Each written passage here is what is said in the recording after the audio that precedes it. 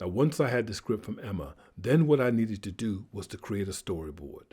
Now, the storyboard would be based around the different elements of the script. Having a storyboard, it would allow me to create a shot list where I could plan what I was going to shoot, and all of the shot lists would be based on the script and the storyboard. Of course, in order to make a video effective, you will need to have B-roll, and B-roll will allow you to enhance the quality of your video. So one magical moment for me was when the script was sent to me by Emma via Google Documents. Now, I was editing the document, and just so happened she came online and was able to complete the script with me within 15 minutes. Now, let me say here that Emma did all the work, and I just needed to make sure I understood so I could get a shot list and make sure that I could create a storyboard which would be effective. Now, the storyboard would be based around the different elements on the script. Having the storyboard, it would allow me to create a shot list.